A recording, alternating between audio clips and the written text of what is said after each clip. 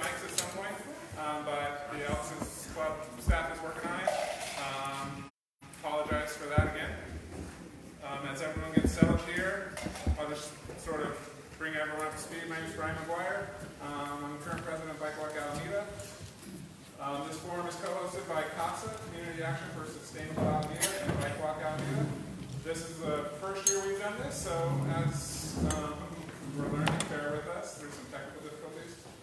Thank you to the candidates for being here. I know there are a lot of demands on your time, and we appreciate you being here tonight and for all of your efforts on behalf of all Alamedans. We've got Mayor Spencer here. Hi, everybody. Good evening. Councilmember Frank Matarese. And Councilmember Mayoral.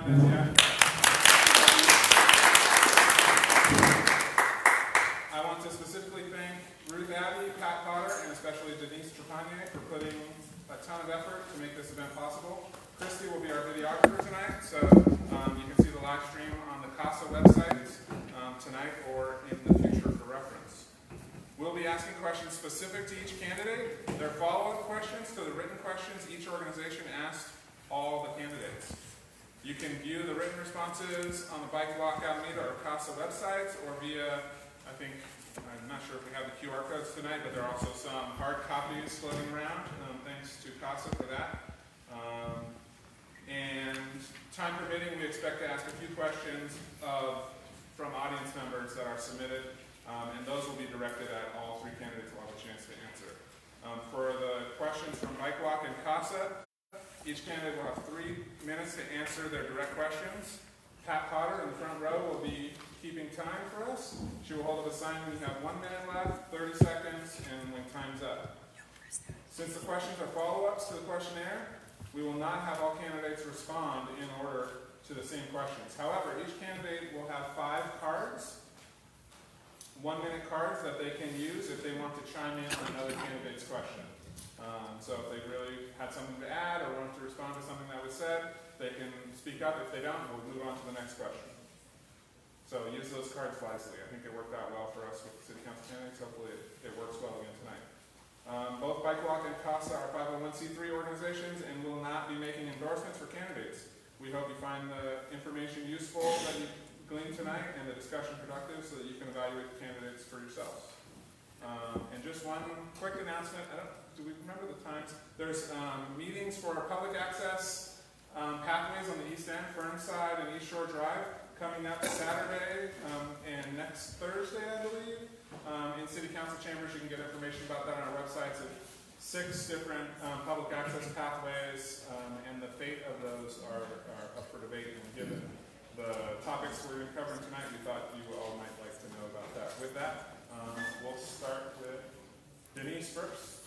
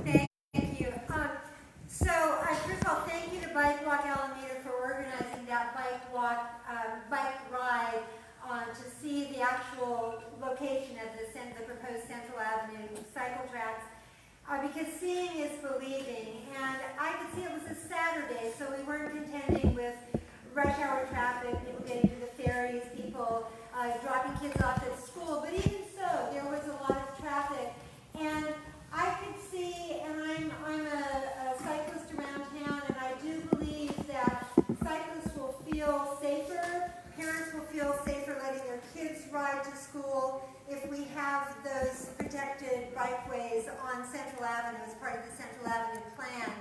So I thank Walk Alameda for giving me the opportunity to actually ride that. It's something that I definitely support. And one of the things, there's so many things we can do to get people out of their single occupancy vehicles, and one of them is to give people safe ways to travel other than by automobile. I know that at our schools, Encinal High, Lincoln School, we have really high ridership, bicycle ridership.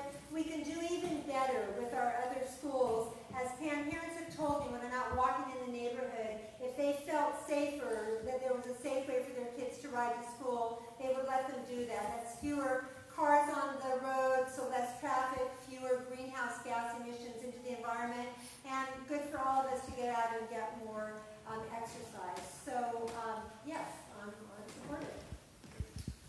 Test these. We got electricity up there, so I'm just going to do a quick test on these.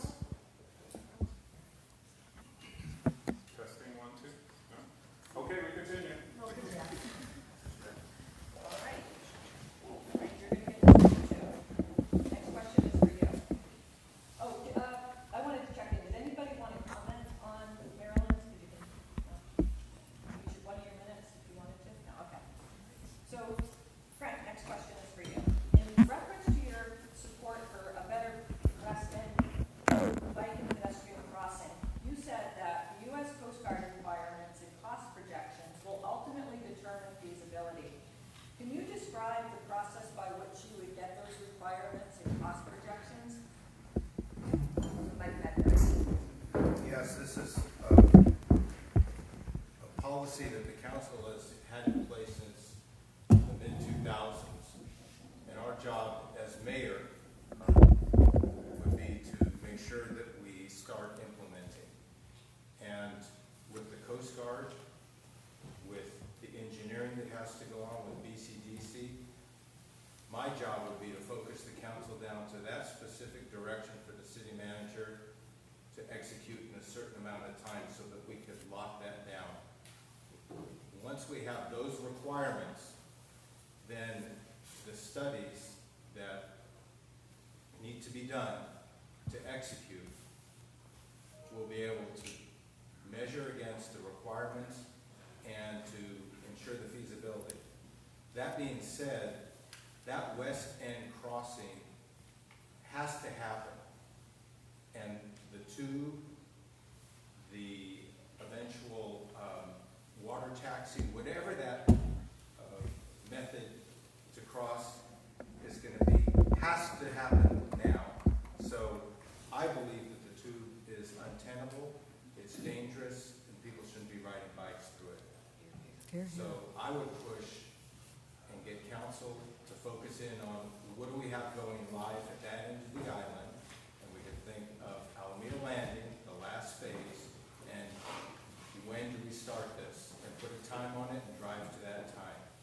And it's keeping these things moving in parallel, and because the mayor is the official head and the presiding officer of the council, that job resides on the mayor to help gather that focus and get us down to what our objective is, that is to get bicycles and pedestrians to cross the estuary on the west end. What is our near-term focus? And, oh yeah.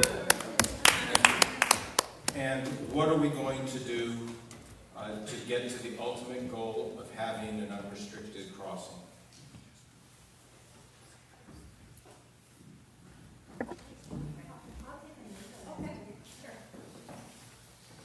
I'll use one of my minute cards on that. So I think it's a great idea, and I think there's a lot of public support for a bicycle pedestrian bridge on the west end at Alameda Landing over to Jack London Square, because we know that the majority of single occupancy vehicles that go through the tube in the morning are either going to one of our Oakland BART stations or to work in downtown Oakland. And if they had better alternatives, they wouldn't drive their car and pay money to park a car so they could get on public transit or go to work.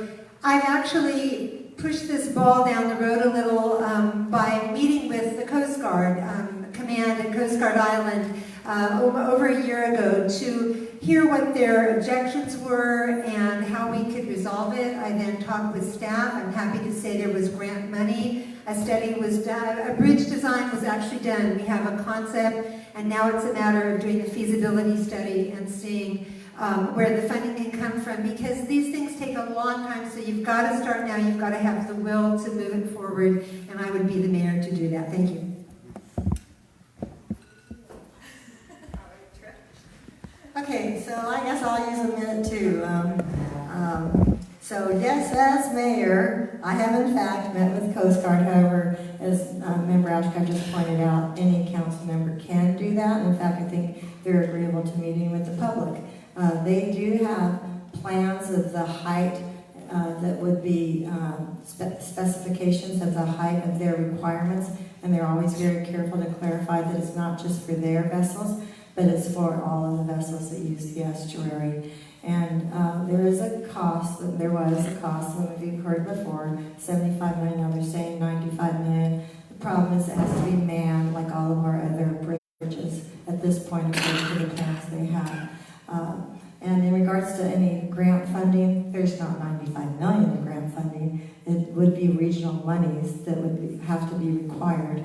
And I do serve on ACTC, and we have in fact been very fortunate to work. I have been working well with the other mayors and representatives on there to allocate a lot of money for Alameda. And however, in regards to this plan, no, it's not $95 million that we have.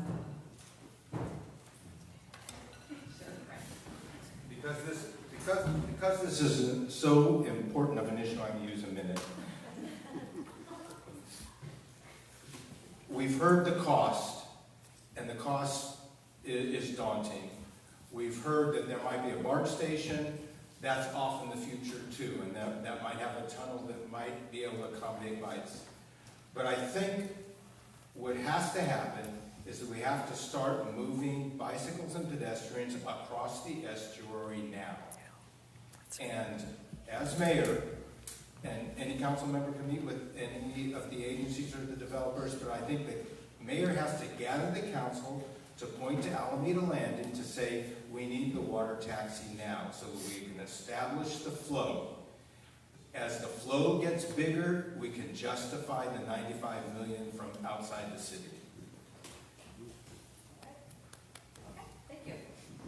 All right, Trish, the next question is for you. Regarding the Central Avenue redesign, you said that your primary concern is where and how such a bike lane can be built that's safe for bicyclists. Staff is currently looking at an option that will be safest for bicyclists, but it may require the removal of some parking in order to make the turn lanes wide enough to accommodate buses. There are trade-offs that we as a community need to make. Would you support a physically separated bike lane through this section if it is shown to be safest for kids on bikes, even if it means losing parking spaces? What trade-offs would you see as acceptable to get the safest option for people on bicycles through this very complex intersection? Okay, so the Central bike, trying to get to Encinal or Payton down Central, part of the problem is the intersection at Webster and trying to make that safe. And when we look at a protected bike lane, we do have residents that reside, of course, on that street, some of whom have driveways, some of whom do not.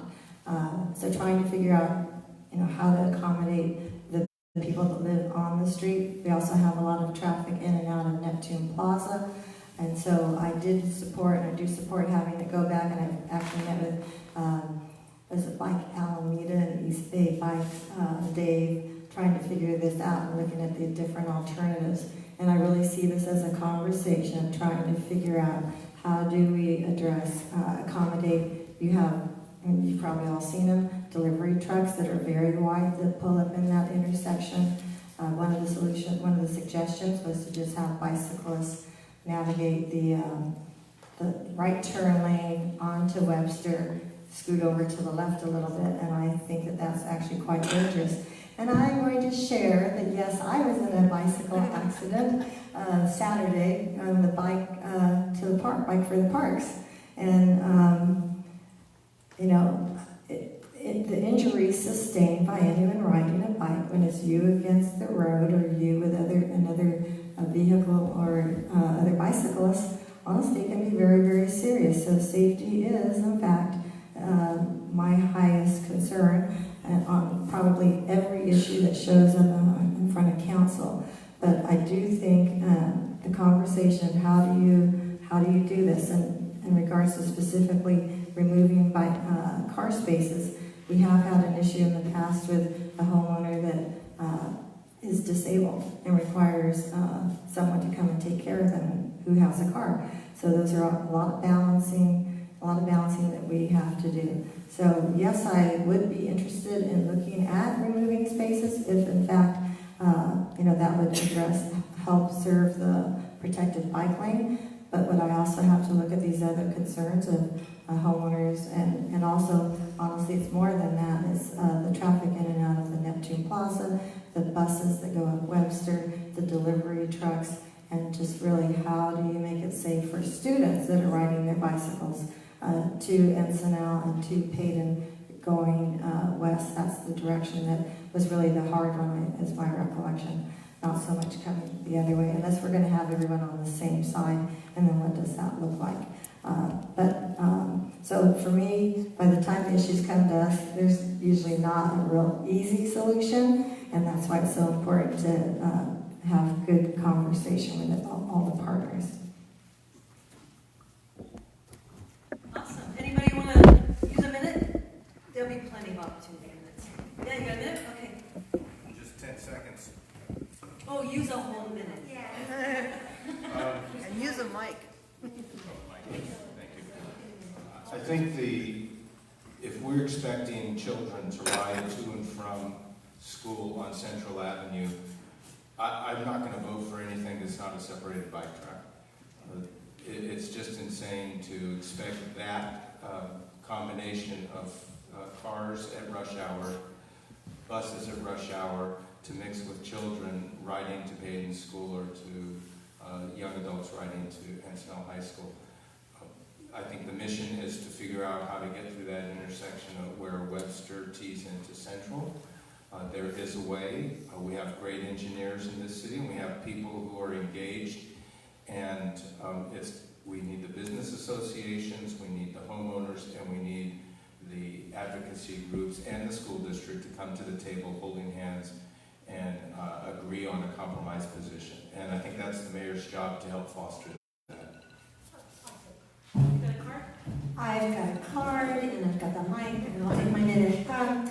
So, complete streets, that concept means the streets are shared by, yes, cars, but also public transit, also bicycles, also pedestrians. And for too long, the imbalance has been imbalanced in favor of automobiles. So it does take a new way of thinking. As far as removal of the parking spaces, when we were on that Saturday ride recently, we were looking at the proposed parking spaces, and they actually were up just on the block of Central before Webster Street, so not in front of people's residences, but certainly you could make accommodations for disabled homeowner, that sort of thing. But again, we need to stop and help educate automobile drivers that those bicycles are getting around, they're not putting a car on the road, they're helping the environment, and we've got to think of doing things in a new way, and it's possible. There's great engineering, and trust me, nothing will be done and nothing will be approved by the city that isn't safe, but we do need to show the road. Thank you. Well, thank you very much. Good evening, everyone. I'm Ruth Abbey with Community Action for Sustainable Alameda, CASA. I'm so thrilled that you all are here. And thank you so much, council members and mayor, for attending. Mayor, thank you so much for your stick-to-itiveness and making it here after your bike accident and your trip to the hospital. So it really shows a lot of respect for the folks that are here tonight. So I so much appreciate that.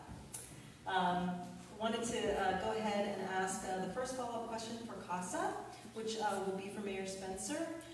So I wanted to thank you, all three of you, for your really detailed, thoughtful answers on the CASA questionnaire. This is the first time we've ever done a questionnaire, and a lot of time and effort has been spent into it, and we would so much appreciate what effort that you've gone into And I think I heard that there was an explosion of questionnaires this year, and it was like doing a graduate school thesis in order to respond to all of them, so I so much appreciate it. Really appreciate it. But of course, the CASA questions are so easy. In follow-up, Mayor Spencer, in response to our question about sustainable development, you expressed your concerns about the Site A project, and what we wanted to ask was, are there specific attributes that you would like to see in new development that would make it more sustainable? And then can you give an example of new, more sustainable developments that you have supported? And then what aspects make them more sustainable? Okay, thank you. So in regards to new developments, I, like I'm sure many of you and my other council members, and we have been encouraging this, is trying to make them as green as possible. So we have developments that recycle the water, they use gray water, they have solar panels, they have everything electric. They have charging pads for electric vehicles. So those are all things that I like to see. Other things I think are important are community gardens. I think that that's actually real important to have community gardens. I like, of course, like the rest of us, some sort of open space. I think that that's also very important. And intentional planting, so that whatever we are planting, that we're intentional about it, the type of trees, the type of plants. And that's all very important.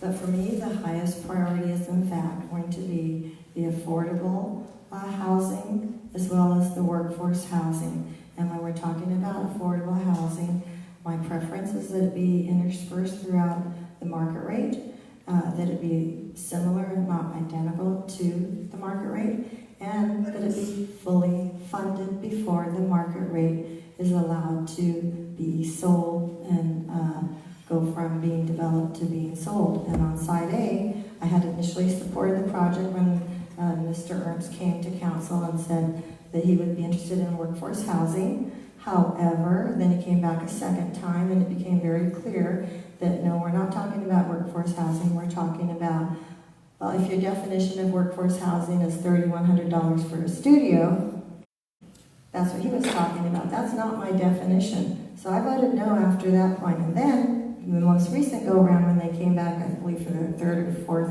iteration of their project, was that the affordable is actually not funded. At that point, approximately half of it was funded, so approximately 43 million was not funded.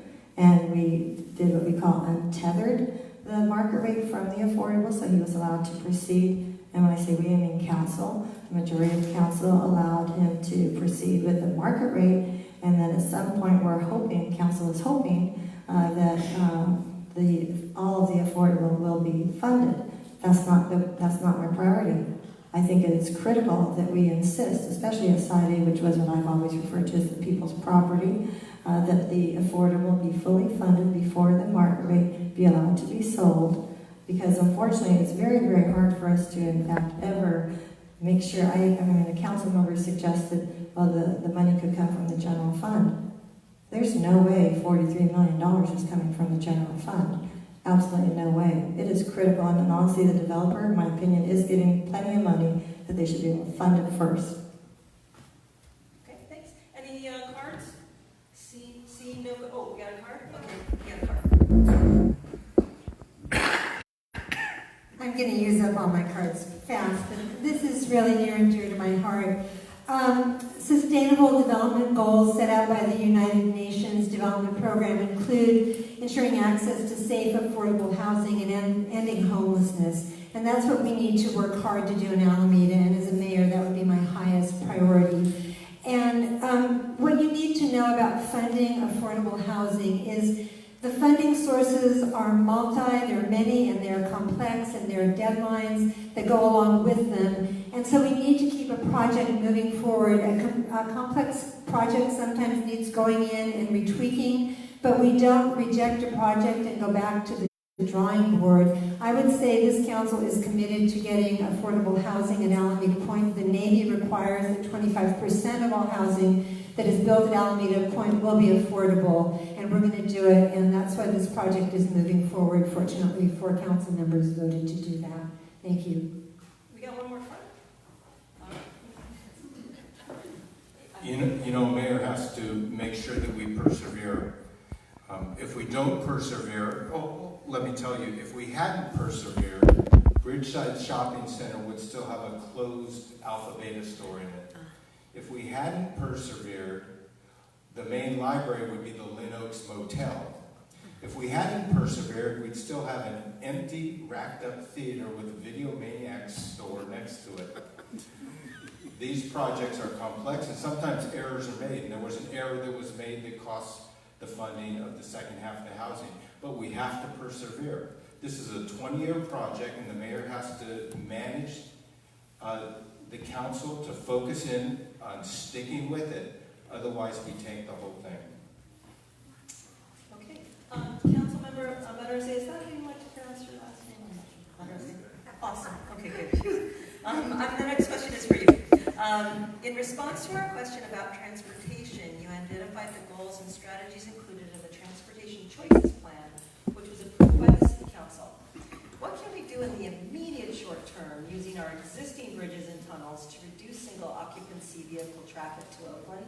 Would you support things like congestion management pricing strategies, such as tolls? Maybe there are others, for the tunnels and bridges during peak use?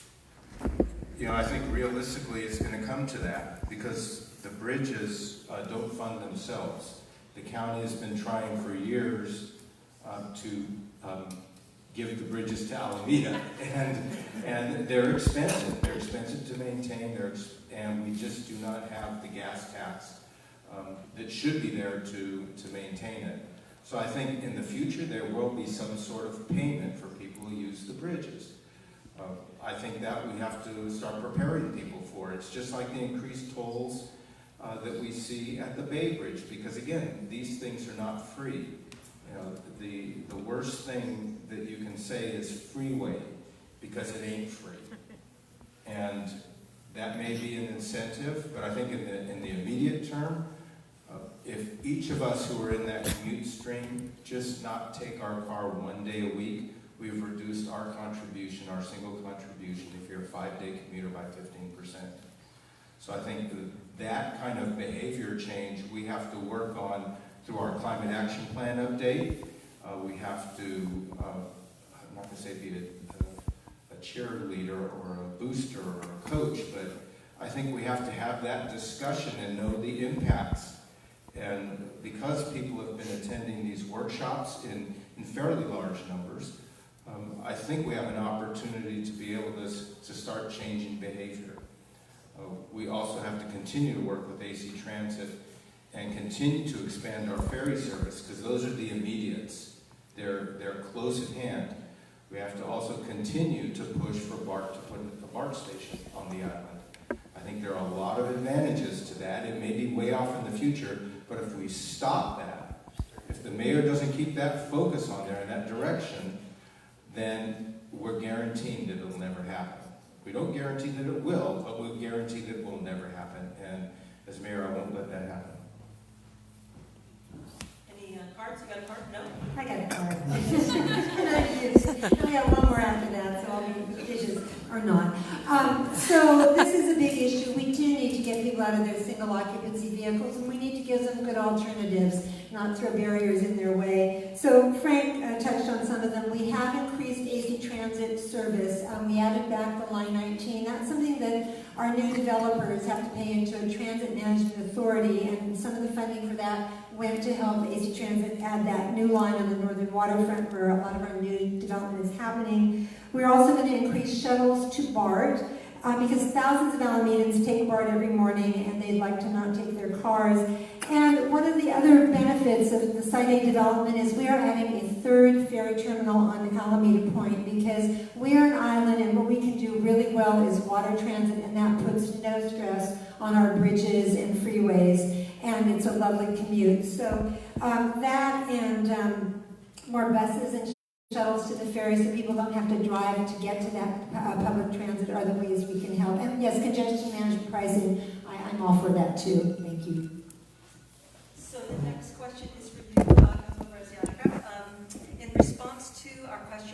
about EV stations, you stated that you support requirements for new development to have charging stations. However, we've heard from some residents of HOAs that they have resisted their residents' requests for installing EV charging stations.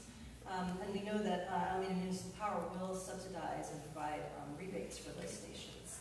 So if we are to expand the adoption of EVs across Alameda, are there measures that the city could take to incentivize or require installation of EV charging stations at existing multifamily development or condominium complexes?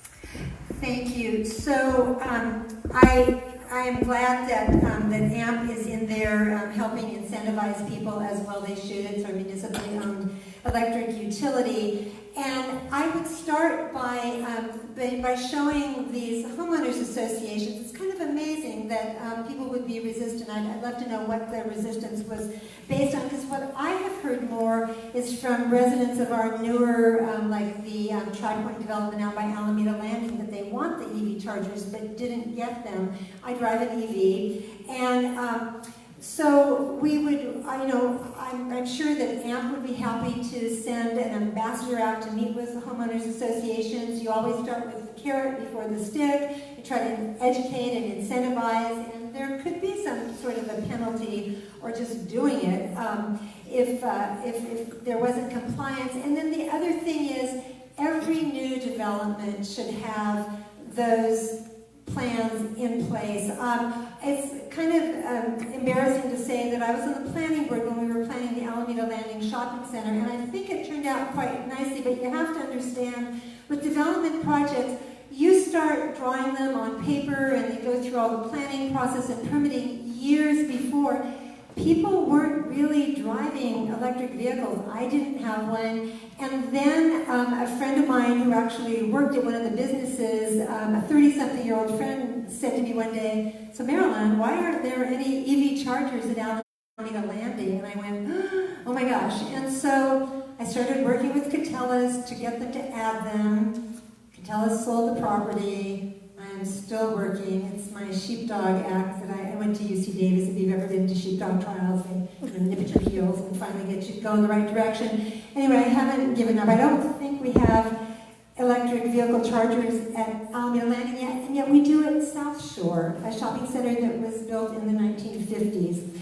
So, but we will make sure that every new project, residential, commercial, certainly out at Alameda Point, has all those green elements baked into it so that you would not get your permits approved from the city until those EV chargers were in place. And that's how we do it. But we'll go back and work with any recalcitrant homeowners. But gosh, who wants to keep paying high gas prices? I don't get that.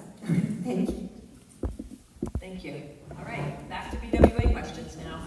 And the order we're going to go for this round is Frank, then Trish, then Marilyn.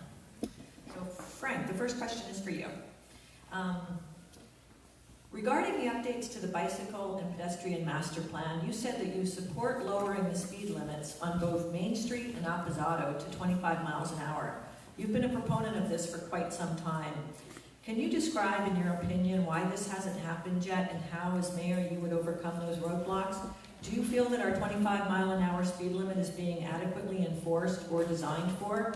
If not, what would you do as mayor to change that? I don't know why it hasn't happened. Truly, I don't. To me, it seems rather simple. I know there's state requirements to make these changes. I think they're trying to prevent speed traps. But these are different times, and anybody who's been at the corner of Main Street and Ralph Apposado, as people are either going to the ferry terminal or coming back, knows that it's dangerous. And that 35 miles an hour really has no business being there. So as you mentioned, what are you going to do as mayor to do that? And I want to, as a mayor, help focus the council on getting an evaluation on why some of these things take so long. And this is in private sector, in the business I work in, there's process audits. And I would propose that our city auditor hire a process auditor to come and look at Public Works to come and look at the process that we have to bring ordinances forward, to look at our ability to set a timeline and meet it. And I think that kind of example or that kind of exercise is extremely important, and it's a way to find out what the cause of the problem is and how can we manage that, and how can we direct the city manager to manage that. Without knowing why, I'm just guessing. And my job is to set policy. The council's job is to set policy. But we should expect the manager to deliver on that policy. And our safe streets, our transportation choices plan all allude to street safety. And to me, this is an easy one to go after and take off our list.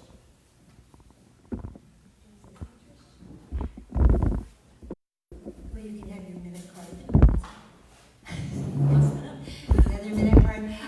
But I think I can do this in less than a minute. I wrote down 3 things in the margin when Frank was speaking. On Ralph Appisato, Memorial Park Street, Parkway, and Main Street, I think we need to know if that is designated as a state highway, part of the state highway, and what limitations there would be. I mean, I would love to see the speed limit lowered. I'm married to a ferry rider who generally rides his bike to the ferry, and I worry about his safety, and also school kids. Remember that any speed limit is only as effective as the enforcement. That said, you can post some officers and issue some tickets, and that is, has its own advantage of educating riders. The other term I wrote down in the margin is road diet. If we added that cycle track in and we made the road a little narrower, you do slow cars down. That's what's going on Shoreline. And the protected bike lane is really important.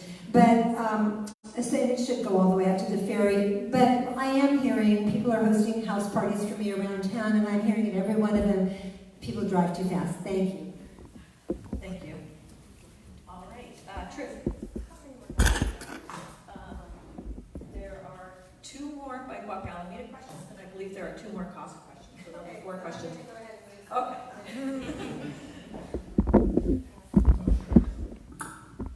Okay, so as mayor, I want to clarify that we do not have a strong city mayor system. Our charter is not that. We have a strong city manager system, which means as mayor, what happens is we get direction from council. I cannot go to staff. It would be inappropriate for me to go on my own to staff and start telling them what to do. And most of you already know that, but I just want to clarify, so I'm going to use my minute to say that. What has to happen is that we bring referrals, and all of us bring referrals, and then we bring it to issues to the attention of council, and then we decide the course of action, and all of us, including myself, can meet with staff in regards to implementation. But I want to make sure everyone understands. Now, I am interested in having the conversation of why not have a strong mayor system? Maybe we should be looking at that. But until then, I will be honoring our charter of taking direction from council when council discusses these things. And I am able to do some, which all of us do in regards to policy. Thank you. Thanks, Trish. You can hold on to that because the next question is for you. All right, regarding the West End bicycle and pedestrian bridge, you expressed concern that Alameda couldn't afford it given our unfunded liabilities and pension obligations. You also said that as a member of the Alameda County Transportation Commission, you think it's unlikely that ACTC will fund it. Can you describe what, if anything, you've done as part of that commission to advocate for funding for this project? Can you list other funding sources that are available at the regional, state, or federal level for this project, and what you've done or what you will continue to do as mayor to secure that funding? Okay, so I want to clarify, when we work at the regional level, we look at the interests of all the cities in the region. And our city recently actually received quite a bit of regional monies for different things, including the ferry station at Seaplane Lagoon, what to do with the tube, improvements in the tube. And so, as part of the Alameda County Transportation Commission, it's not that, it has to be evaluated at the regional level and then put on the priority list of where that would fall. And is that going to be a priority from our regional partners? I can tell you, I don't think it really, it's more likely to be now than it has in the past because of the development occurring in Oakland that could in fact be right across the estuary from Alameda. So then that could make Oakland a better partner to actually be interested in helping with the funding. But prior to that, we didn't really have that much interest from the regional level to help us out. What was the first part of your question? It's very lengthy, and I'm really, really sorry. I really was in a pretty bad bike accident on Saturday. What other funding sources are available at the regional, state, and federal level? So, in regards to the bike, so we do get regional monies. We apply for regional monies, whether it be from the state.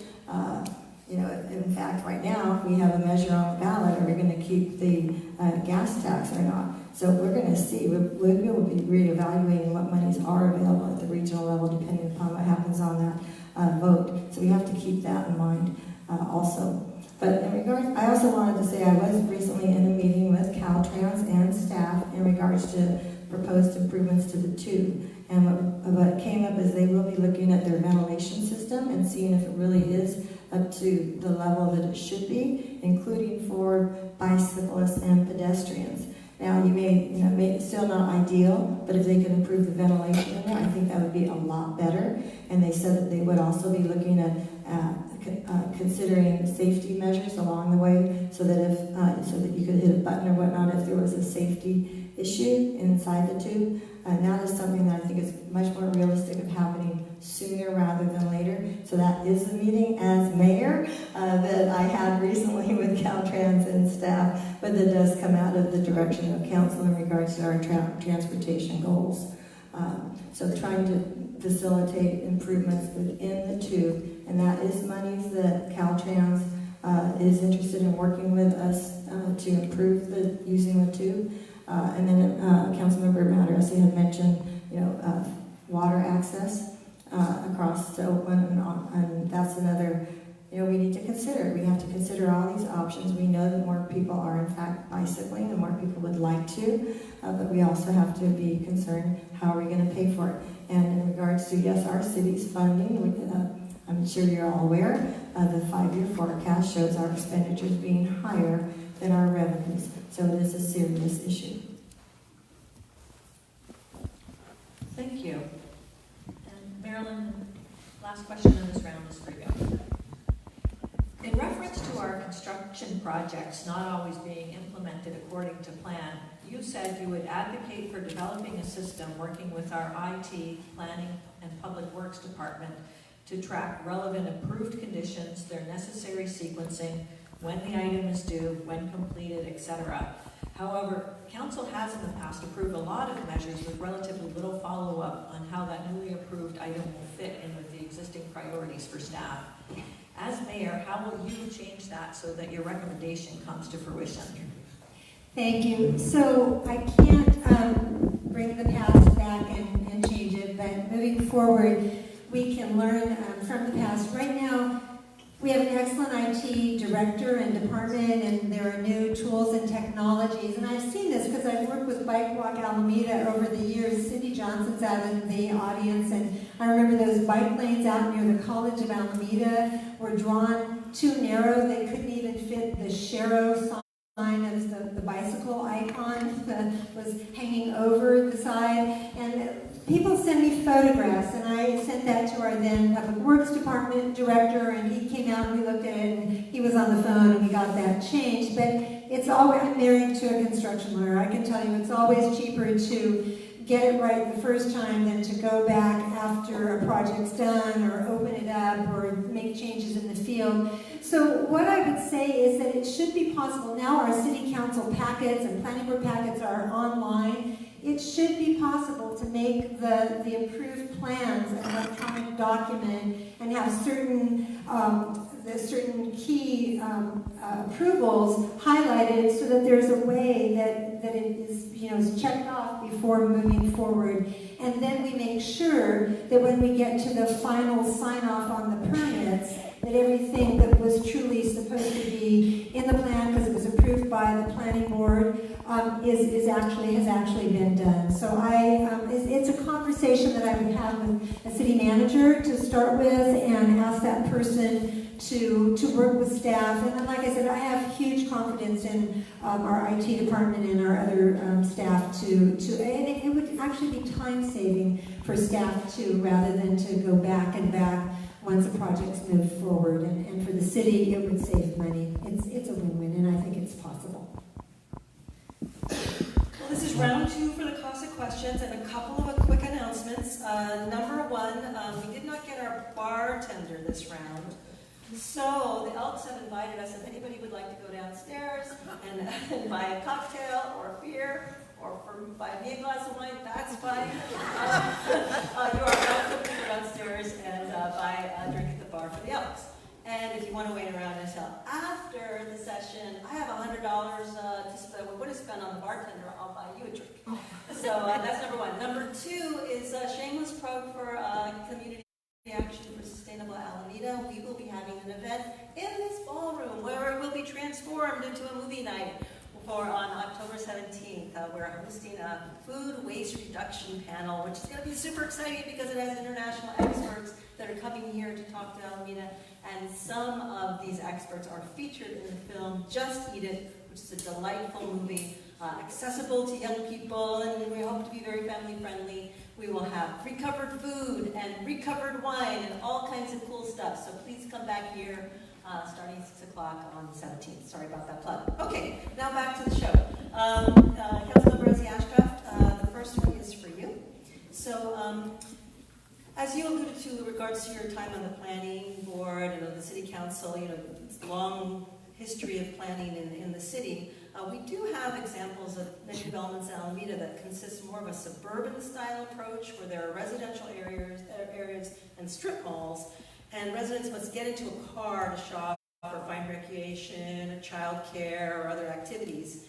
And wanted to put the question to you that are there zoning changes or other land use requirements that would support more of a village approach for new development, some of the older areas of the town that are much more walkable and bikeable, and you can just walk to get your hair cut, walk to the grocery store? And are there ways that we can incorporate amenities that make urban living attractive, such as recreation, shopping, childcare, restaurants, entertainment, and healthcare into our building and community standards? So if we have more transit center development, more dense developments, they're also more lively, more fun to be in, more of a village approach. Okay, thank you. So back when I was on the planning board, and I served 6 years on the planning board before my 6 years now on the city council, my planning board, I was president for 2 years, actually developed and approved the Park Street north of Lincoln zoning plans. And what that is it's called form-based zoning. So rather than say, okay, here we're going to have a restaurant and here we're going to have a grocery store, whatnot, we listed all the allowable uses, but there was a lot of thought that went into what makes a walkable neighborhood where you don't have to jump into your car, that invites walking. And then we made sure that the buildings that were designed or that would be approved had the kinds of amenities that would foster and support those usages. So for instance, setbacks so that you could have a sidewalk cafe so that people are attracted to come into a building because they see something's going on in the front of it. I think a good example, although it wasn't part of the plan, it actually starts a little north of there, but if you think of the marketplace on Park Street, a former Ford dealership that is now a grocery and lots of markets inside, but there's also seating outside. And also one of the things that we did, we also talked about what we didn't want, because Park Street north of Lincoln was open to be developed because there was a time when that was Auto Row. Some of you might have lived in Alameda and you remember there were car dealer after car dealer. The good news was they were a very large source of our sales tax income. And when they left, they took that sales tax income with them, and we've been working to backfill that. But, you know, change is not a bad thing. And so it also gave us an opportunity to rethink that whole development and say, you know what, I'll take it back.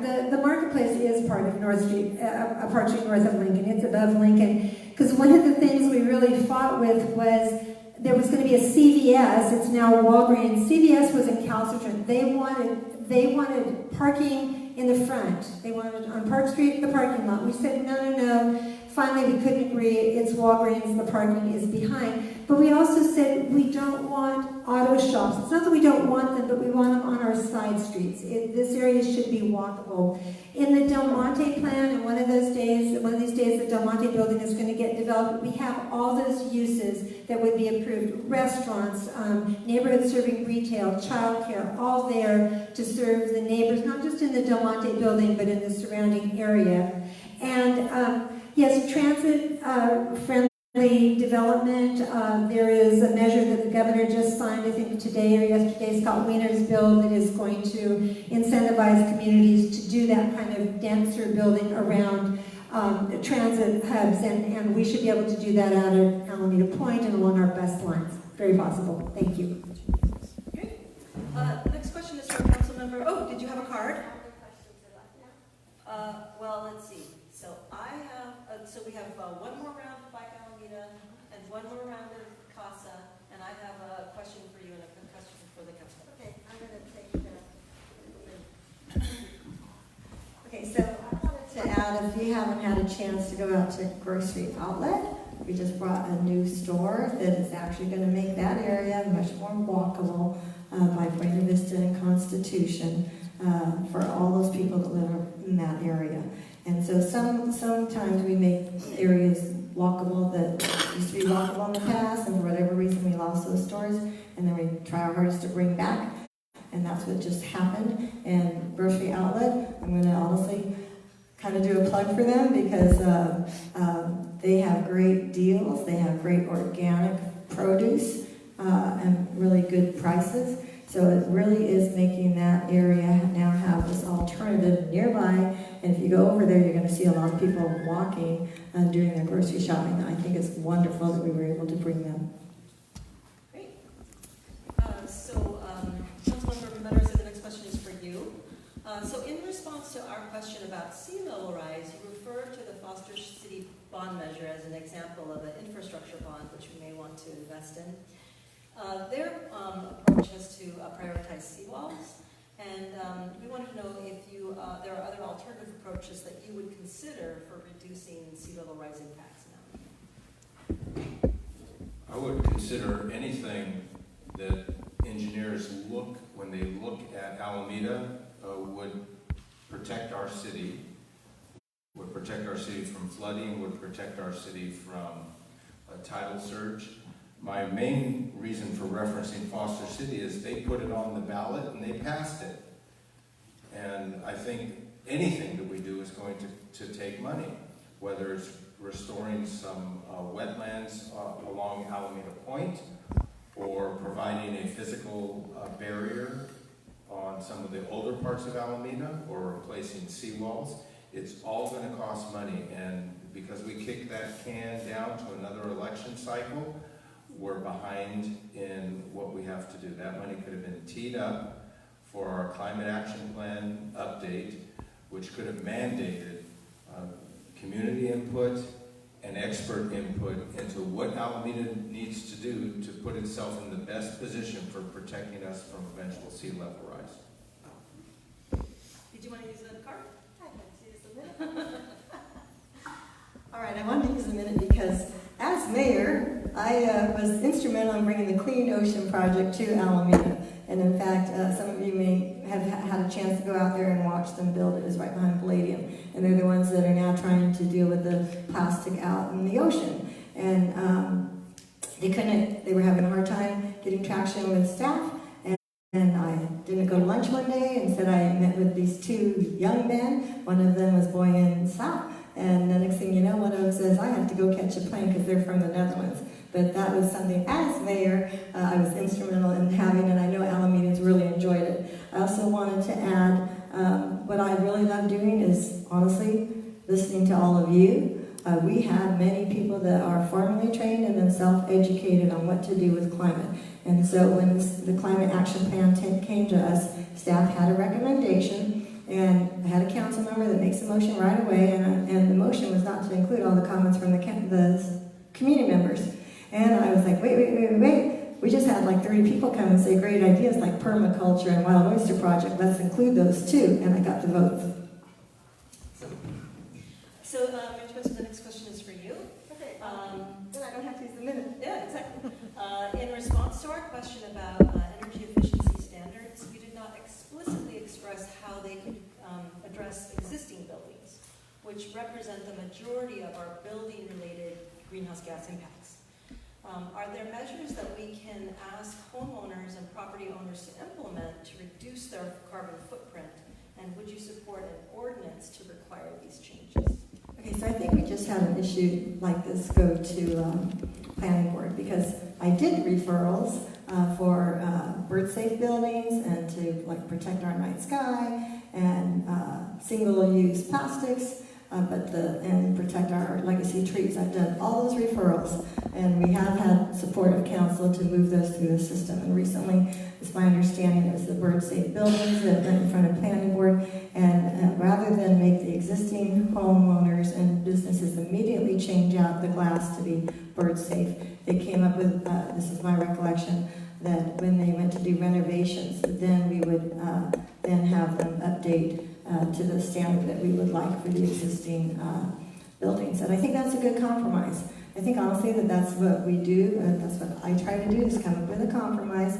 Okay, we're not going to get it now, but when the homeowner, the building owner makes the renovation, then we're going to get the level of bird safeness that we want, which can be quite expensive, but at that time then they can tackle that. So I think that's a good strategy. Incentives, or financial incentives, are always a good strategy, and we've already talked about like AMP has those. The city, we can always look at that. Another thing I think we do very well is education. We honestly have very high rates of recycling in our community, and I think my background is PTA. I was on the school board for 6 years before becoming mayor. I was PTA council president, working with schools across our district and educating children, who then in turn educate their parents, and then we really get very high success rates. We have great forums by CASA, for instance, at the library. We always have really good turnouts, and I try my hardest to attend all of those. It's just actually where I've seen a lot of you at the forums. The education, then we get people that honestly want to do it, and we've been very, very successful. But in regards to how do you get the existing homes, I think the planning board's idea, when they do renovations, then we add these additional requirements. I think that's very fair. Honestly, apparently I have a minute left, but I'm trying to think, okay, what else could I talk about up here? I'm going to talk about another thing then. Okay, I see Jeff Gould out here in the audience, and I wanted to call him out because he's on AMP. And another thing as mayor that I have the opportunity to do is to nominate people to different boards and commissions, and then they need to get the 3 votes from council to actually be confirmed. So some people will email me and say, Trish, I'm not really happy with some, when I look at the people that are on the boards and commissions, and maybe there's not enough diversity. And I can tell you, I nominate people from different backgrounds. I don't always get the 3 votes. In fact, quite often I don't get the 3 votes from council. So that's a problem. We have had people of color that I nominate, and I don't get the support of council, so I have to nominate someone else and nominate someone else. And, more than likely, unfortunately, it'll be a white man that council will confirm. And I appreciate Jeff Gould's service. I'm very happy I nominated him.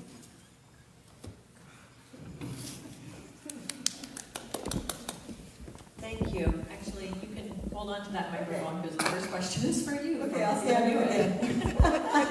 I'm sorry if this is hard on your injured leg. Okay, regarding... Road rash. Some of you are familiar with it. Unfortunately. Regarding the West End Bicycle and Pedestrian Bridge, you didn't mention a water shuttle from Alameda landing to Jack London Square as a potential solution for a West End estuary crossing. Do you see a water shuttle fitting into the mix to reduce tube congestion congestion? If so, can you describe that service? Do you think that a water shuttle would be as effective as a bridge in removing cars from the tube? Okay, so it can complement, right? It can be something that we can look at if we can't get anything better.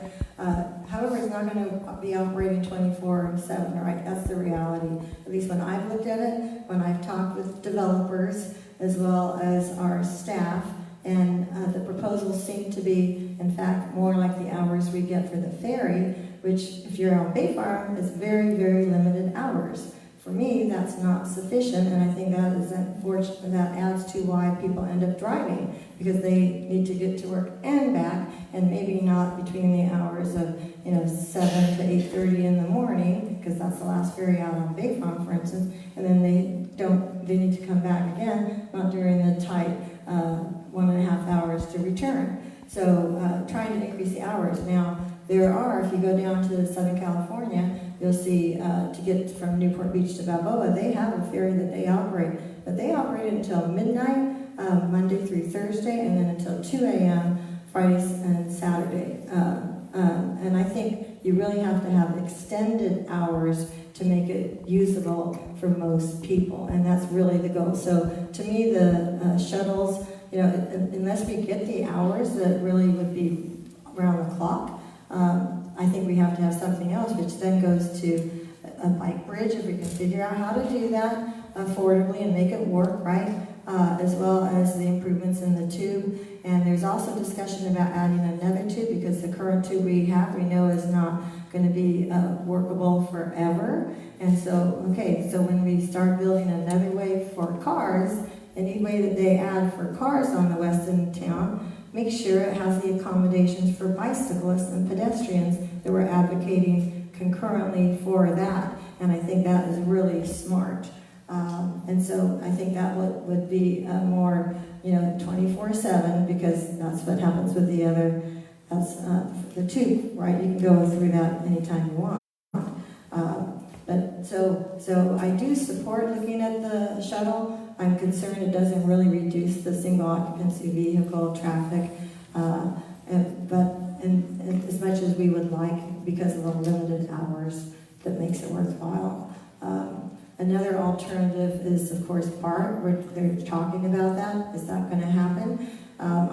We are supportive of looking at that as an alternative, but again, we're not funding BART, right? We know that. That's regional monies, and they're going to really tell us, I think, if it makes sense or not to come through Alameda. And I have heard that there's other parts,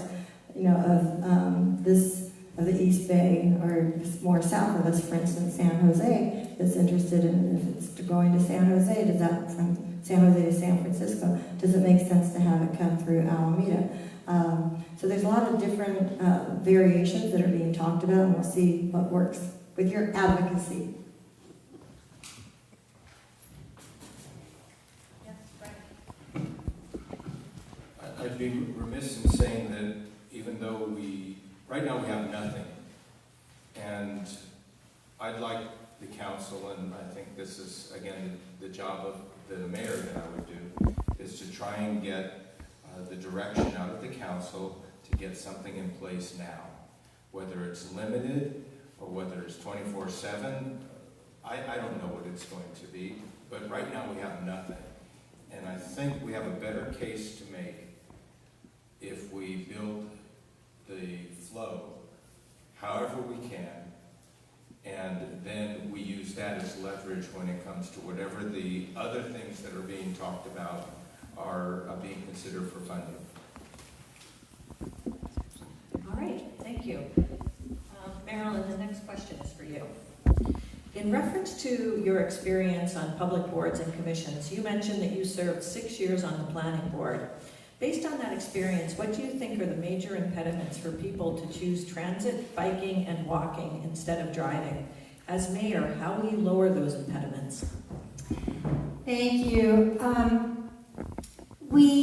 We just have to remove the hurdles, and we also have to educate people about what's possible out there, because sometimes people just don't realize. But right now, it is frustrating that we have 2 ferry terminals, Harbor Bay and Main Street, and you can't get to Main Street on public transit. There is a bus that goes to the Harbor Bay Ferry, but it's not always on time, and the ferry leaves once an hour. And if you miss it, you miss the boat for another hour. So I have been working, and it takes a lot of patience to work in public government. I have patience, and I have stamina and perseverance in my sheepdog tendencies.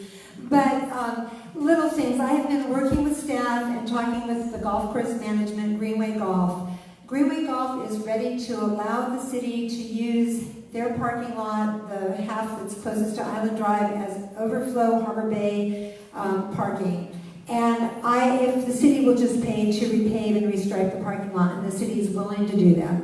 And I want an electric shuttle that will make a stop somewhere in the neighborhood, maybe a stop or two, pick people up, and then also pick people up from the ferry, the overflow parking, and get them to the Harbor Bay ferry and back again when the ferry comes in.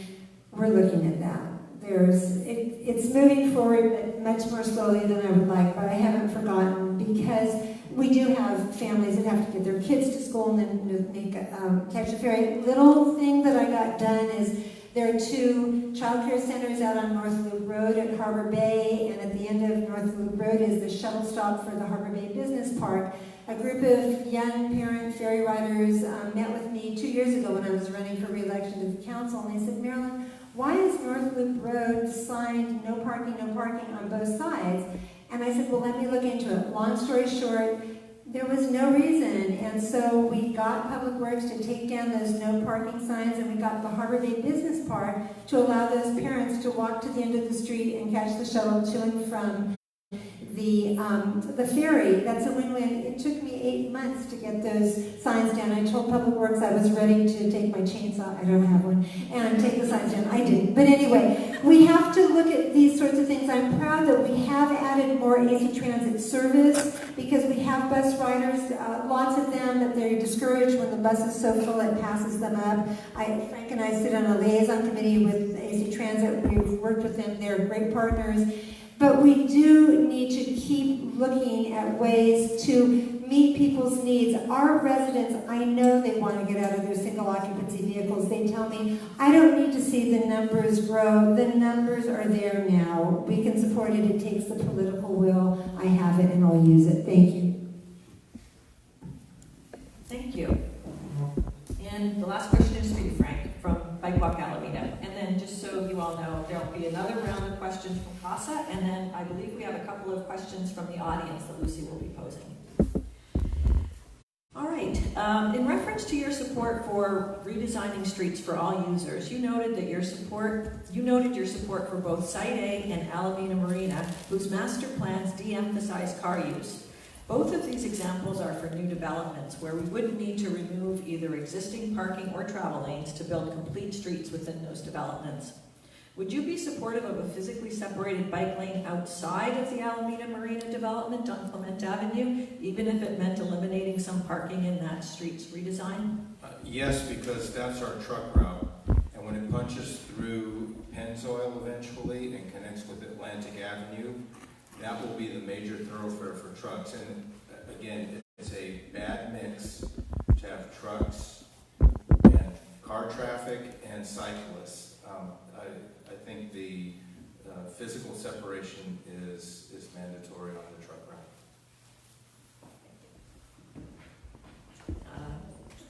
All right, I'm going to turn it back over to CASA for their last round of questions, and then Lucy will ask a couple of the selected audience questions. Thank you for submitting your questions.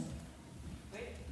Well, I wanted to thank all three of you for your public service and your really detailed knowledge of these fairly esoteric issues and what you do every month at city council meetings and what you do every week in your work, because as volunteers representing us, you do an incredible job. Thank you. So much appreciated.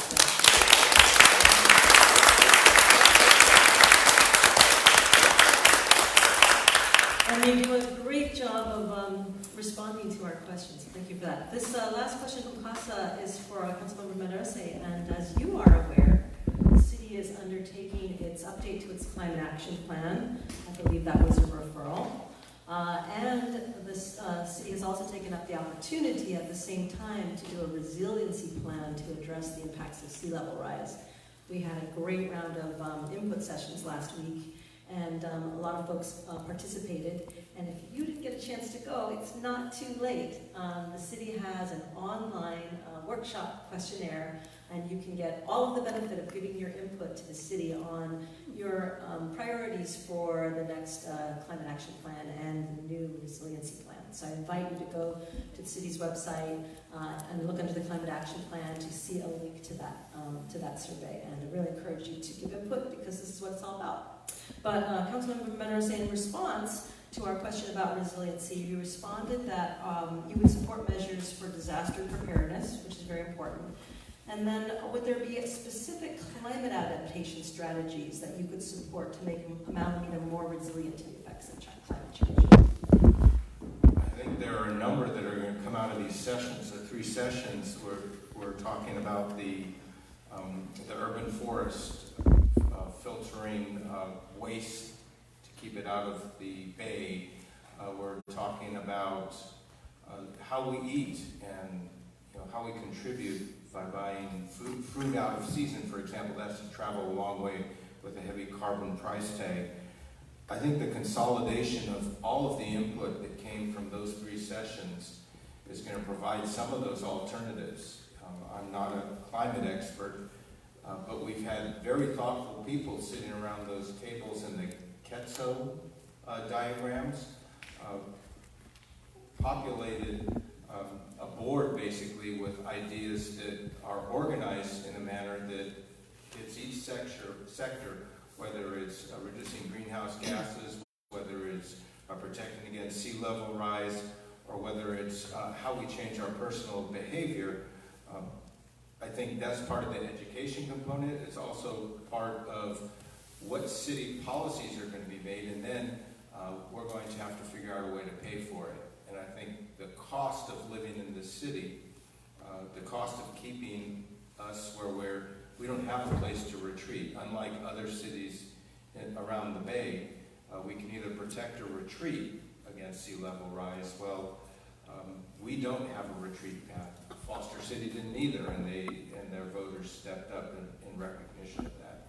I think we need to do the same thing so that we can fund some of these ideas. The other component that I think is absolutely imperative that we keep the discussion going, because therein lie the ideas where we change our behaviors and we adapt. And I think our adaptation is going to be the most critical component of meeting the challenge of climate change. Great, thank you. Mayor Spencer, the last question is for you. Actually, I have one more question for Councilmember Azaz. But this is about zero waste, which is, I know, near and dear to your heart. In our response to our question about zero waste, you expressed concerns about fining property owners for non-compliance. Since our commercial recycling rate is significantly lower than our single-family recycling rate, 22% compared to 70%, what alternative approaches would you consider for ensuring compliance with our local, county, and state requirements? Okay, so I want to thank CASA, because I believe we had a meeting at the library that was sponsored by CASA, and staff participated, that I also attended, where we had this discussion. And many of us know, so homeowners, good job. I was also on stopwaste.org, where we have representatives. Member Odie serves on that now and has been serving on that actually for a couple of years.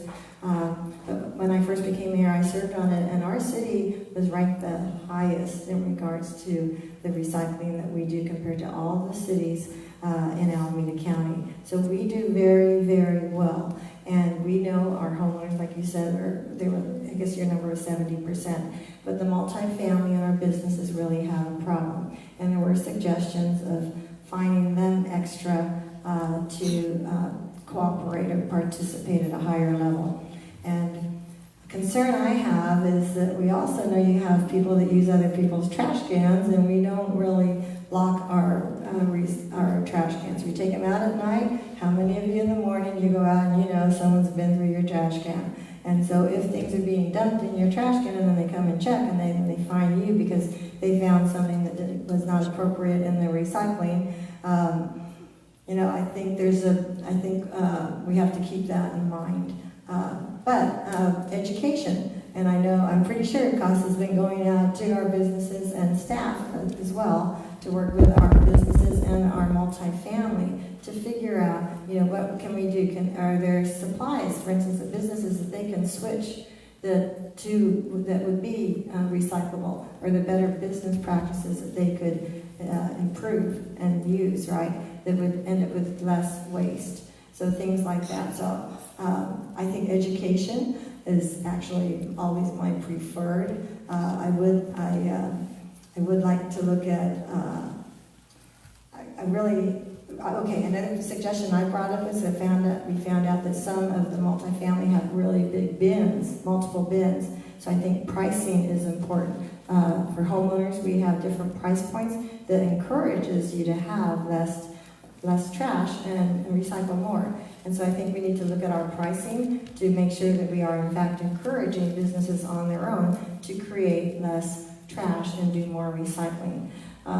And then in regards to, we were talking about the ferry parking earlier. I think all of us council members were at Bay Farm Elementary a few years ago with staff when we had a really big discussion about what were alternatives.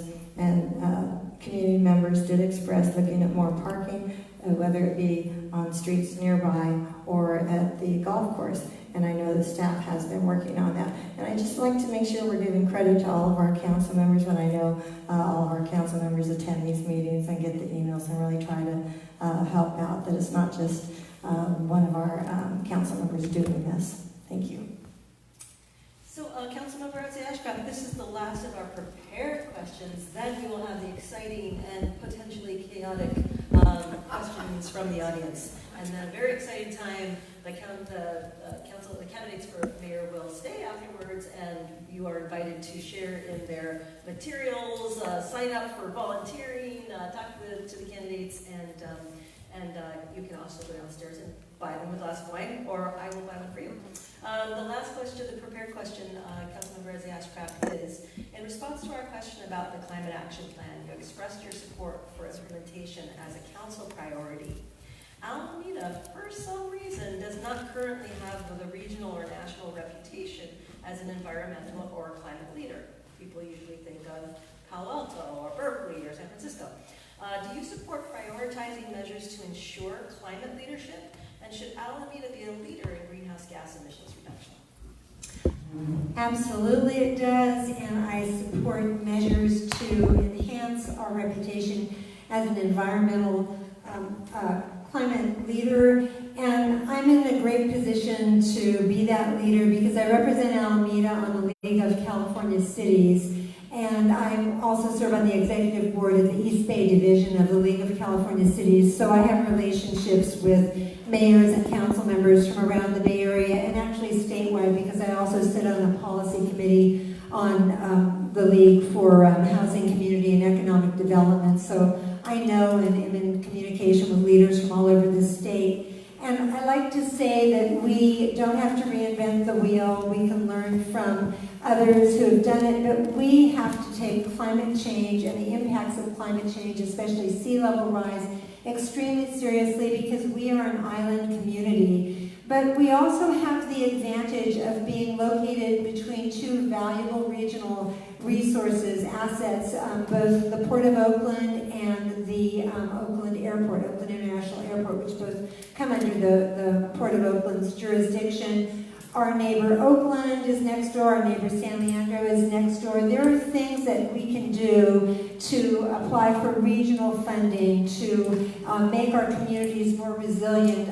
Climate change does not stop at city limits, it knows no borders, so we have to take this seriously. And Councilmember Mataresi alluded to this, but I very much believe that Alameda needed to place an infrastructure bond on this November ballot to let the voters decide if they wanted to approve $95 million in infrastructure need to go toward a $300 million identified infrastructure need, which includes things like our storm drains, our sewers, our roads that help make us resilient to climate change. Unfortunately, it's a democracy, and Frank and I were the only two who supported that infrastructure bond, but I will definitely revisit that because this is something we just have to do to protect our city. And again, all it was taking it to the voters to let them decide. The five of us weren't going to decide at a council meeting, should we do this bond measure. We were going to take it to the voters. And I know Alameda residents who are very aware and informed and educated, and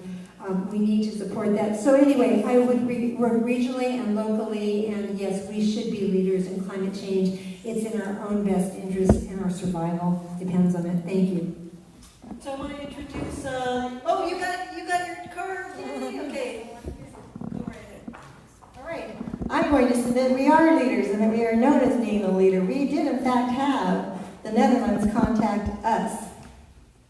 True, it happened, an ocean cleanup project launched out of Alameda. We also have Liz Taylor's Doer Company here. We have Blue Endeavors, it's at South Shore, and they're a nonprofit. When you do diving, do it out of Blue Endeavors. They make money. Okay, we have Damian Mason in our audience, who was one of the speakers at Blue Endeavors about what to do with our reefs and really how to improve, how to address climate action. We are trying, the Wild Oyster Project, I've been working with them. They recently got a grant. They're working with APC. We are collecting oyster shells to restore our oyster reefs here in Alameda. Single-use straws, that's straws on request only. Single-use plastics for restaurant takeout. We are leaders nationally of what to do with that. That is being copied. That was my referral. And it came from what? Students emailing. And so I responded. Thank you. You have one more card. All right. I agree with the mayor that we are a leader, and one of the things that I think the council needs to do, and I think that, again, this takes focus, is to look at what do we do with that leadership and how do we connect it with getting the resources we need to implement some of the ideas that have yet been put into action. And I just look at the litany of things that Alameda has done, and actually this council has done, and it ranges from getting straws out of the waste stream to better pay for people who actually sort our recycling.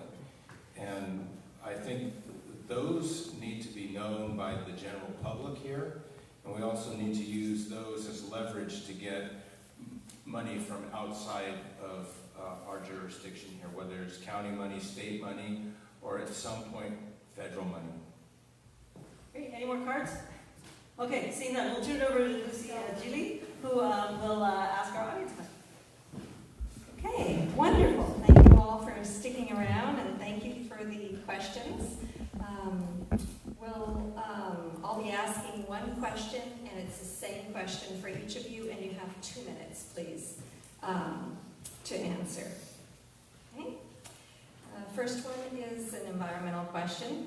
Some local restaurants are currently spending a good deal of time and money in an effort to use locally sourced food. Do you favor legislation, possibly tax credits, to support these efforts and encourage further actions by other local businesses? Let's start with Marilyn on that other side. Okay, so local restaurants are using locally sourced food, and do I support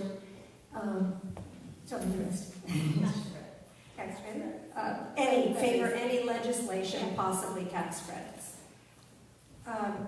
Yes, I think that's really important. I think as a city, we have to not just talk the talk, but walk the walk.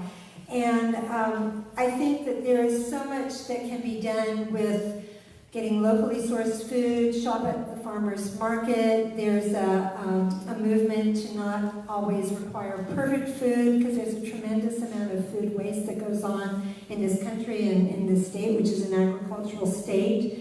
And so yeah, I would favor looking into whatever could be done to support that. Tax credits, legislation, whether it was local, county, statewide, that's something I would support. And it's also part of supporting our local businesses, and we should be, as a city, making sure that we're doing business with our local businesses whenever possible, when we are fulfilling orders products that city council needs, or catering events. We should be looking first to our local vendors and suppliers, because again, if we keep people from, I always say, shop local first, shop downtown, your neighborhood, the shopping centers, because you're saving energy, you're not leaving the island, and you're also supporting those brick and mortar stores that are having more and more of a challenge today, when so many people, and I'm one of them, shop on the internet for convenience and time, but it definitely helps to be made more aware of these other ways we can go about doing our local business, and I give CASA a lot of credit for bringing this to our attention. Thanks.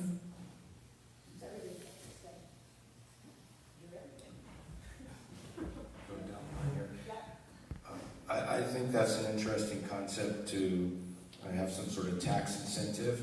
Of course, it needs to be administrative, so I'd like to see how that actually gets rolled out logistically.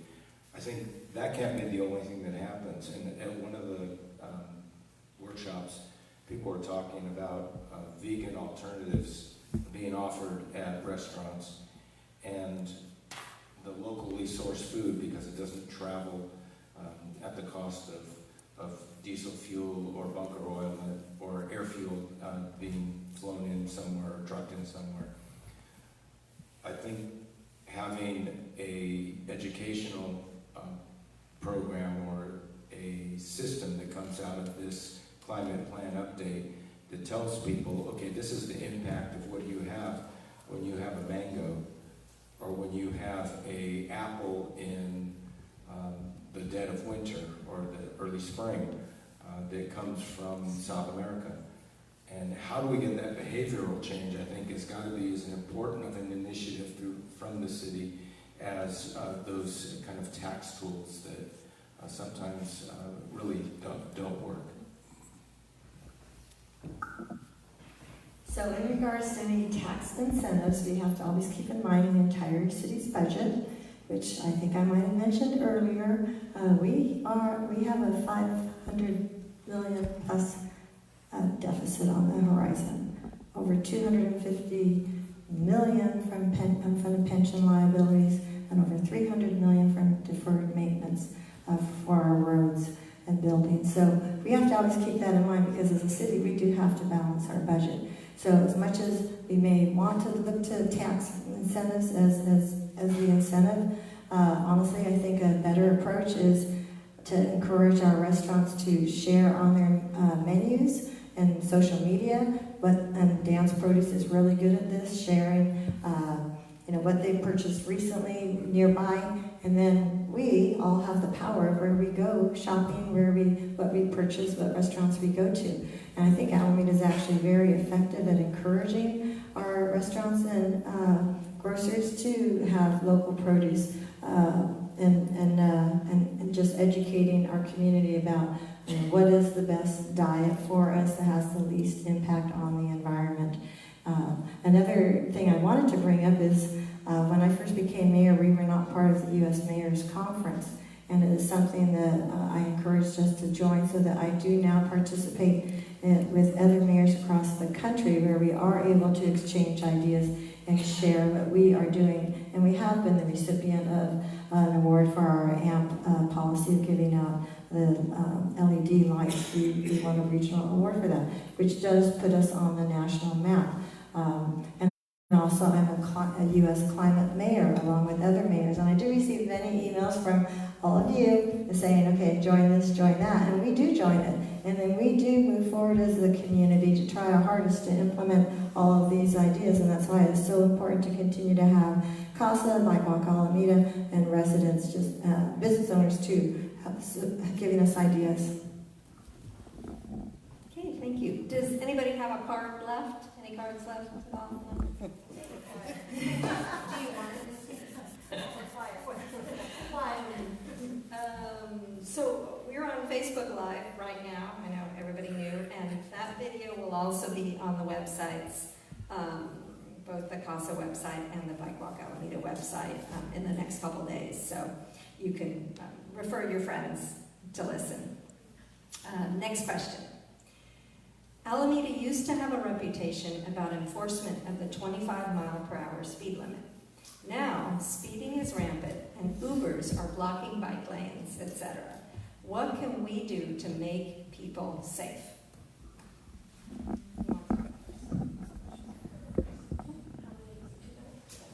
Okay, so I'm happy to go first on this. Many of you know that our police chief, Larry, has been challenging for him to hire new police officers. So he has had fewer police to deploy to do, for instance, the speed limit. And we have reached out and we've counted on community members to be part of the solution, where we all know there's been a campaign, right, an education campaign, slow down in town, 25 miles. That helps. That really does help. We've also, our police chief has worked with members of the community to have them out on the street catching the speed of drivers, and like that, initiating it. However, the good news is I recently heard that our police chief was in fact able to have our full academy, and so we will be back up to a full force, and they will be able to do more monitoring of the speed limits. And so you should see progress on that. Okay, and then in regards to Uber and biking, it's the same thing, that you'll see more ticketing occurring as we have a full police force out there. And of course, all of you can always encourage, if you take Uber, encourage your driver to, you can, when you respond, remember that's the scoring. Don't give them all fives or whatever it is if they parked poorly to pick you up. So we do have the ability to push back on them, and also to kindly educate them of how important it is that they not block our bike lanes and that they do park appropriately. Okay, I think I have like 30 seconds. So no, okay.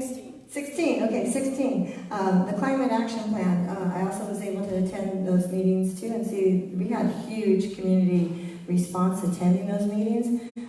It was great, it was absolutely great. For instance, we had 45 people at the base in that one at the Oak Club, and I want to encourage you all to continue participating.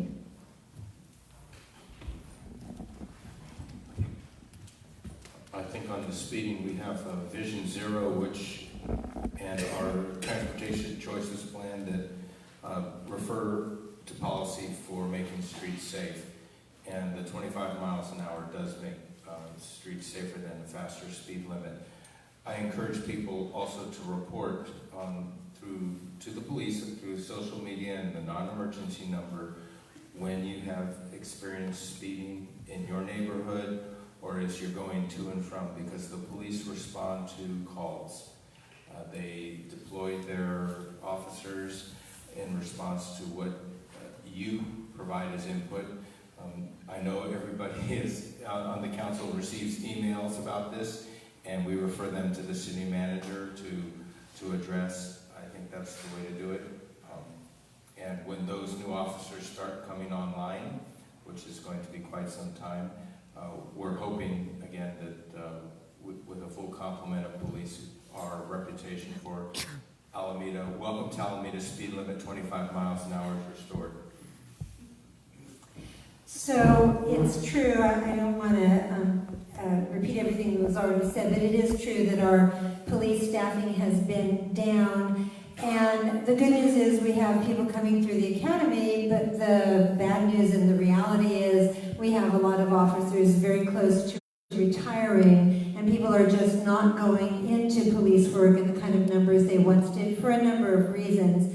And so don't get your hopes up that we're going to have a fully staffed department. But that said, a 25-mile-an-hour speed limit is important to enforce. Something that is considered controversial, but I think like any policy, it can be underwritten by good regulations, is our police chief would like to have license plate reader cameras at our portals and our bridges and our tubes. We have them now on some police vehicles. They are what's called a force multiplier because, for instance, back in April, we had a terrible armed robbery on Webster Street. A local restaurant owner, an immigrant, a mother, a wife was beaten to death, essentially, in the course of an armed robbery. The police did finally arrest the 2 assailants in August, but from April to August, our chief took patrol officers off the street to supplement the detectives and the violent crimes division because you have to solve a homicide. Had there been those cameras, it would have sped the process up. I do know that our chief is working with the ACLU, with the Oakland privacy policy, to come up with a policy that meets concerns of people, because of course there's concerns to be addressed. And as far as the blocking the lanes, we experienced that on the bike ride that Saturday, and it wasn't Uber, but I would actually go to the corporate entities, to UPS, to FedEx, and Uber, and say, don't do this is what's happening, we're going to take pictures, and we're going to ticket, because that is, it is not a good thing. Thank you. Thank you. So we're going to go to closing statements now. Let's see, since Councilmember Ascraft started, Mayor Spencer was second, so let's have Councilmember Matarese start this round, and then we'll go to one of the others. How many minutes? How many minutes? 3 minutes. You don't need to do it all. I want to thank everyone for their participation tonight, also for CASA and Bike Walk Alameda for their thoughtful questions in the questionnaires. And I encourage everyone to read what is written and really pay attention to what's going on in this election. It's a tough time. I noticed that this is more difficult than in 2014 because there's a mood. And one of the things that spurred me to run for this is I do want to make sure that Alameda continues to thrive in spite of, and you can fill in what in spite of is, whether it's our own unstable management at City Hall, whether it's the national mood, whether it's an impending downturn, whether it's the crisis in housing prices. All of those things require focus. They require civility, and they require council to have thoughtful discussions, and that's what I'd like to bring to the council, to the chair of the council, the ability to focus us in on the task at hand. I want to see Alameda thrive. I want to see us have reasonable approaches to development, because there will be development.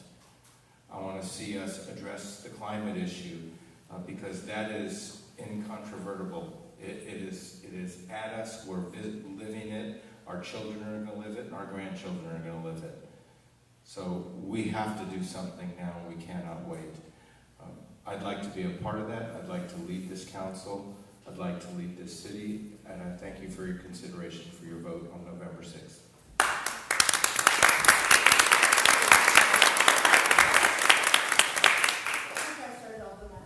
Sure, let's have Mayor Spencer.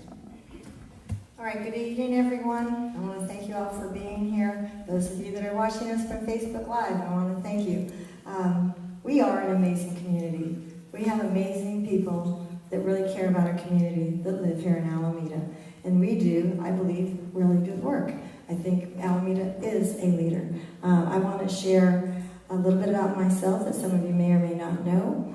First of all, I am the first Hispanic mayor of Alameda. When I was on school board, I was the only Hispanic serving there. I'm the only Hispanic on council. I was raised in a family with 5 children. We were on food stamps for a while during that time. I worked really hard to get a full package to Santa Barbara, UC Santa Barbara, and then I transferred to Cal, and I'm a sociology major. Then I worked my way through paralegal school and then law school. And I served multiple capacities because I'm also a mother of 4. So I volunteered in all of our schools, PTA council president, overseeing all the PTAs. Public education is critical to me. In many of my answers I'll say, let's work with our children. Let's work with our schools. That is actually a formula that works in our community. We are very fortunate. We also have amazing business districts and leadership from our business communities. I work with all of them. And together we come up with pretty darn good ideas moving forward. I am a renter, but when important issues come to me, I always try to figure out the balance. I listen to everybody. I have many people stop me all the time, and we have appointments, whether it's in Trader Joe's, or it's in the office, or it's somewhere else. And people show up and they'll ask for help. And then, for instance, I do have an example I like to share is a woman that took the bus to City Hall. Her electricity had been cut off, and I drove her to her home and then to AMP with her so she'd have her papers. And she did qualify for a program that we have. And I also want to thank our AMP board currently, because they are trying really hard to make sure that our community residents realize that we have these programs to help them. And so you get 25% off your bill every month if you qualify, and that's something that we can do, and we need to get the word out. And I really do thank our current AMP members for helping to do that. But she did qualify. She was able to get her electricity back on and keep her electricity on. So there are things that we're doing that honestly just aren't being completely used by everybody, and that goes to part of who I am in regards to trying to reduce barriers. I know many of you, when I stand here right now in front of you, I know you. We've met, we've had conversations, and when I go to thousands of events, I go to almost every event I'm invited to. Why? Because there are different people hosting that. Right? I support their event, and then when they have a problem, they feel comfortable reaching out to me.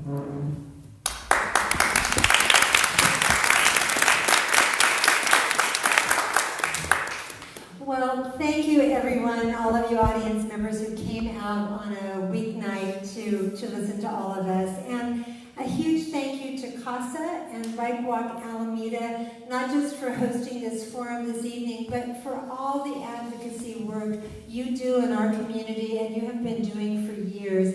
I learned so much from you, and you really are making this a better city, a greener city, a more inclusive city. I'm just inspired by what smart people we have in this community willing to give us their time and talent. They are wonderful volunteers, so thank you so much.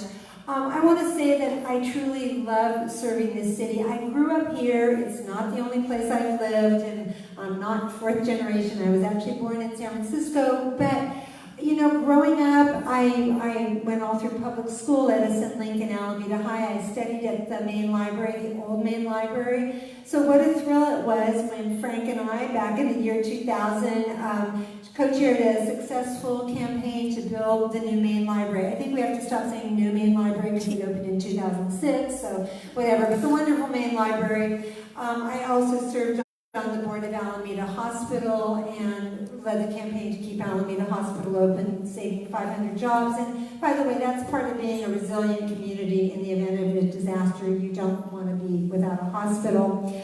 And now I'm privileged to represent Alameda on the League of California Cities. And one of the things we talk about, and I was just at the annual conference with members from all over the state, where you learn that everybody doesn't think like the liberal Bay Area, but at the same time there's a lot of commonality. But one of the themes that kept coming up was that the decisions that most impact people's lives, your daily lives, your property values, how you get to work and get your children to school, those are decisions made at the local level. So this is really an important election, important decision. So my priorities for Alameda are housing, all things housing, affordability, availability, homelessness. We have to tackle all that. We need to defeat Measure K, which would put our rent ordinance into the charter. It's a bad thing. We don't want to push more people out of our town or onto the streets.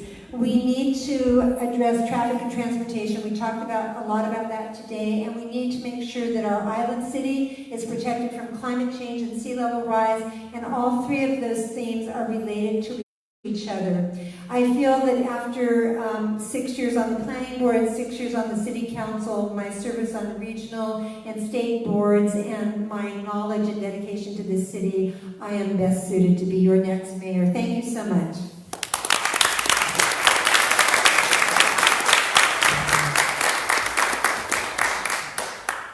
Thank you again, everyone, for coming out. Appreciate the time. Appreciate the mayor playing hurt tonight. It's you guys have a lot of stamina. We've all witnessed it in council chambers, and we witnessed it on the campaign trail. If anyone has questions for any of the candidates, I welcome you to corner them on their way out the door. There's only a couple of ways out. So, otherwise, again, I want to thank our wonderful volunteers who put this together, Christy and Pat for keeping up the videography and the clock, and Denise and Lucy and Cindy and everyone, and Ruth and everyone from CASA for putting on a great event, and thank you all for coming out.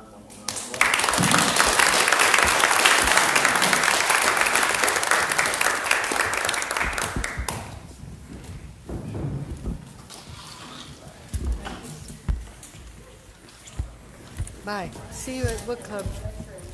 Melissa, see you at book club.